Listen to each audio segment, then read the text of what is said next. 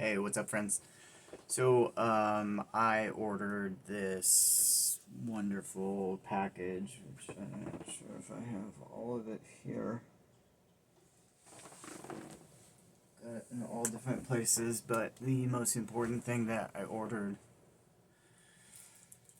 the item that came with all the extras, um, which some of you may or may not know, I'm probably the biggest fan of her right now, but I got Aurora's new Where Is the Heart album. Oh, there's less glare.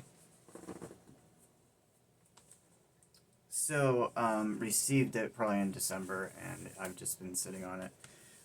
Mostly because I've been listening to her All My Demons Greeting Me as a Friend so much because of Runaway. Absolutely love Runaway. Anyway, if you don't know Aurora, definitely do a deep dive. I can't find anything of hers that I don't like. On top of that, this album came with special bookmarks. Let me see if I can find these real quick. Little image cards. It came with a full book. So, Aurora, What Happened to the Heart? Some really neat art cards. Let's see here. What happened to the heart? Hey, there's a tooth. That's right up my alley. Having problems with my teeth right now. A heart, a dagger, an apple. But neat little art cards. It came with the book and a special bookmark with a silver tassel.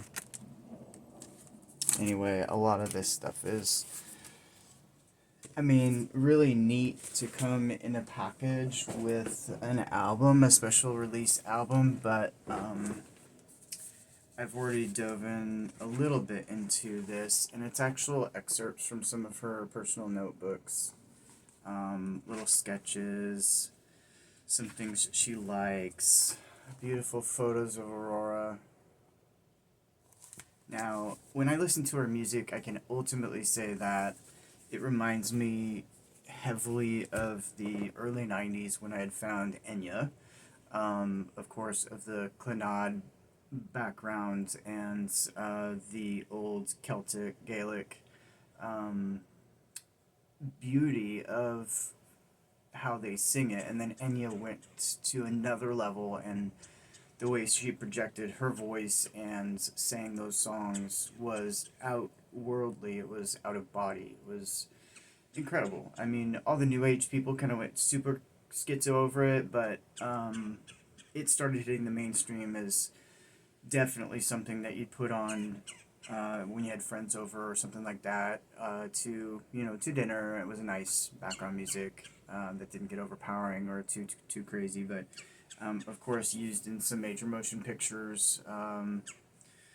But ultimately, I met Enya in New Zealand, and when I walked into the room and then she was present, I could almost feel her energy, and I know that sounds kind of funky and weird, and well, I believe in ghosts because I do, but ultimately it was absolutely spiritual, and then actually meeting her and just speaking a few words with her was something that I will never forget. And when you meet somebody, that was the first time I met somebody that was like that had another experience of the actual physical meeting, talking, seeing. It was metaphysical to a certain degree, and as I said, something I would never forget. The reason why I bring that up is because I am almost certain that if I met this wonderful girl, and I will call her a girl, she's a woman, but my God, she's just incredible. She comes across as just like a pixie or an angel, and I've heard other people who do voice coaching and first reaction videos and stuff like that say, but that she's just very pixie-like. But if I were to meet her in person, I'm almost certain that I would feel the same thing that I felt when I met Enya. Um, anyway, this, as with all of her albums, comes with a lot of positive review.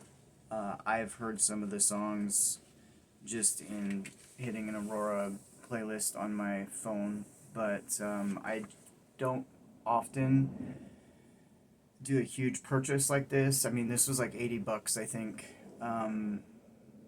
But just an incredible album. See clear with some, looks like silver paint strikes. It's on the Decca album label. I really don't think that she releases anything that doesn't just succeed immediately. I've seen the crowds at her concerts, and oh god, I mean, like, if I would have had a chance to go to one of her shows, even though I've got a little bit of new social anxiety since COVID, I know you can blame me for all that if you want. I used to go to huge shows, and nowadays I'd just be a little bit overwhelmed, I think, but yeah, look at that. It's just gorgeous. So A, B, C, and D, it looks like. What Happened to the Heart is the name of the album, and I just opened it in front of you because I am going to spend some time today listening and enjoying. If you have a chance and you have some time, please add her to your want to listen to lists. It looks like this does actually open up. So I would highly recommend just putting her on a playlist or listening to her playlist on Amazon Music, which is what I use, and just let it go. She is very well known for being a contributor writer of the Frozen 2 song. And yes, if you have little girls, then I'm sure you know that song. So yeah, What Happened to the Heart. But that's ultimately where I first saw her song credit, and then I literally went down the rabbit hole with her. I would say that anytime I do use music, either on headphones or on my speaker, or especially when I'm taking a bath or something like that, Aurora is what I'm listening to. I'd say 85-90% of the time. I know it's kind of a sickness, but I can't say that it's a bad one. So again, Aurora, What Happened to the Heart. I got the special album release with the book and the little editions.